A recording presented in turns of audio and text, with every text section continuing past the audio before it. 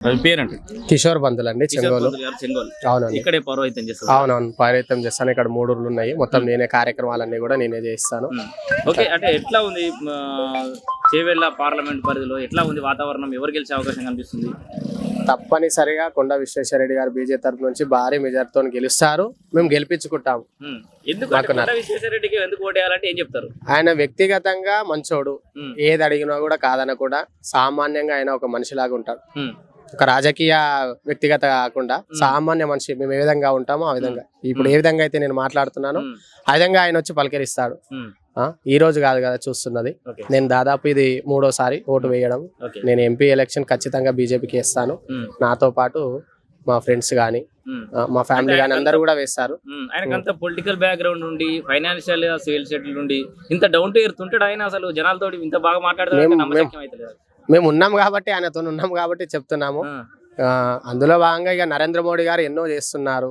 ఇక చదువుకున్న వాళ్ళందరూ కూడా ఆలోచించి ఈ యొక్క ఎలక్షన్ ని, ఇప్పుడు కాంగ్రెస్ ప్రభుత్వం వచ్చింది, ఇక్కడనే ఇంత ఇబ్బందులు చేస్తా అన్న రైతు బంధు గాని, రుణమాఫీ గాని, ఇవన్నీ చాలా ఇప్పుడే ఇబ్బంది అవుతున్నాయి. ఇక పైన వస్తే ఏ పరిస్థితి అయిపోతుంది? సెక్యులరిజం మొత్తము మన దాంట్లో ఇదంతా అయిపోతుంది. భారతదేశంలో సెక్యులరిజం మళ్ళీ స్టార్ట్ అవుతుంది. నరేంద్ర మోడీ ఉంటే ఈ సెక్యులరిజం అనేది, ఈ మాఫియాలు ఇవన్నీ కూడా అంతరించిపోతాయి. కాబట్టి నేను కూడా కొన్ని విషయాలందరూ కూడా జనాలకు నా వంతు ఏంది అంటారంటే, తప్పనిసరిగా బీజేపీకి ఓటేసి కొండా విశ్వేశ్వరరెడ్డి భారీ మెజార్టీతో గెలిపించి మన భారతదేశాన్ని కాపాడుకోవాలి మనం అందరం కూడా అని కోరుకుంటున్నాం. ఉగ్రవాదులని వాళ్ళని మత కల్లోలు చేయడం ఇవన్నీ వాటిని ఎంకరేజ్ చేస్తున్నారు. తప్పనిసరిగా చేస్తుంది. గత 60 సంవత్సరాల పాటు మీరు చూసుకోండి, మరి ఇప్పుడు చూసుకోండి. 370 ఆర్టికల్ వచ్చిన తర్వాత మనం కాశ్మీర్లో వెళ్ళడము, ఇవన్నీ కూడా చేయడం అంటారంటే మామూలు విషయం కాదు కదా.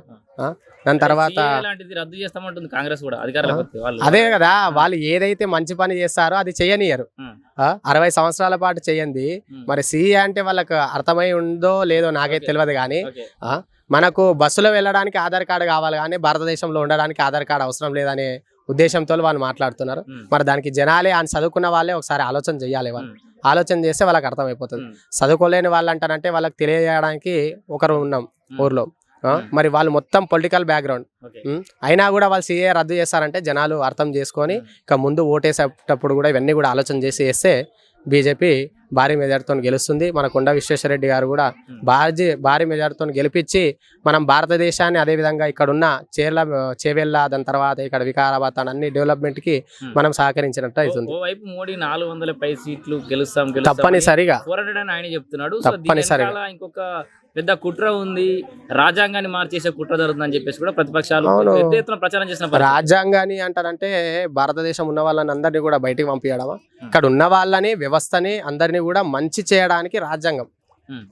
పాతకాలము 60 సంవత్సరాలు పాలించినట్లు ఆ రాజ్యాంగం కాకుండా రామరాజ్యాన్ని పాలించడానికి వాళ్ళు 400 సీట్లని తీసుకొని వస్తామని చెప్తున్నారు. కాబట్టి ఖచ్చితంగా కొన్ని కీలకమైన మార్పులే జరిగే అవకాశం ఉంది. తప్పనిసరిగా జూన్ 4 తారీఖు రోజు అయిపోగానే ఎన్నో కార్యక్రమాలు నరేంద్ర మోడీ గారు చేపడుతున్నారు. దానికి ప్రజలందరూ కూడా సహకరించి 400 సీట్లను తప్పనిసరిగా తీసుకొని వస్తాం.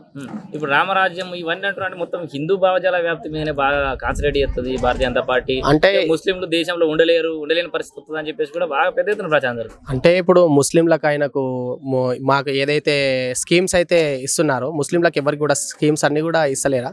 వాళ్ళకు కూడా ఇస్తున్నారు కదా. ఇప్పుడు మనం తీసుకుంటే యోగి గారు కొన్ని వీడియోలో చూస్తాము, వాళ్ళు ఎంతో మంచిగా వాళ్ళ పిల్లలు, ముస్లిం పిల్లల్ని ఎత్తుకొని పాలు ఇవ్వడం కానీ, వాళ్ళని ఎత్తుకొని మాట్లాడడం కానీ ఇవన్నీ కూడా చేస్తారు. మరి అవంటే వ్యతిరేకించినట్ల ముస్లింలో కొంతమంది, అన్ని మతాలు సమానమే అన్నట్టు రామరాజ్యంలో, అదేవిధంగా రామ మందిర్ నిర్మాణం తర్వాత కూడా ముస్లిమ్స్ ఎంతో మంది అక్కడ వచ్చి దర్శించుకున్నారు.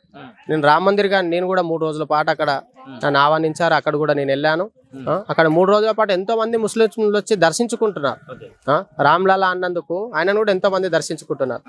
మన ఈ కొన్ని వ్యవస్థల్లో కొంతమంది మత ప్రచారం చేసి ఇవన్నీ హిందూ, ముస్లిం, క్రిస్టియన్ ఇవన్నీ కూడా గొడవలు పెడుతున్నారు. కానీ నరేంద్ర మోడీ ఏ రోజు కూడా ముస్లిమ్స్ మా వాళ్ళు కాదు, మా దేశం వాళ్ళు కాదు, మన దేశంలో ఉన్న వాళ్ళు కూడా ఆ సిఏ కూడా అందు గురించే మనకు పెడుతున్నాడు.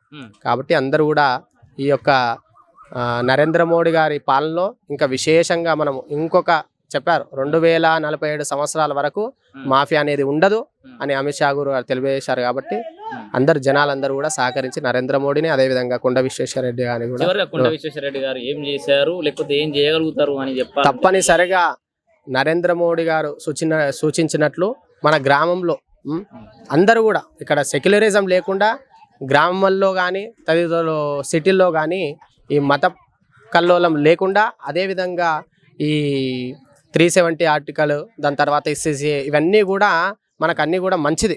దాని తర్వాత కొన్ని నరేంద్ర మోడీ ఇప్పుడు బియ్యం ఇస్తున్నాడు, అది సెంట్రల్ గవర్నమెంట్. ఇప్పుడు మా గ్రామంలో కూడా కొన్ని మొన్న రోడ్స్ అన్నీ కూడా శాంక్షన్ అయినాయి.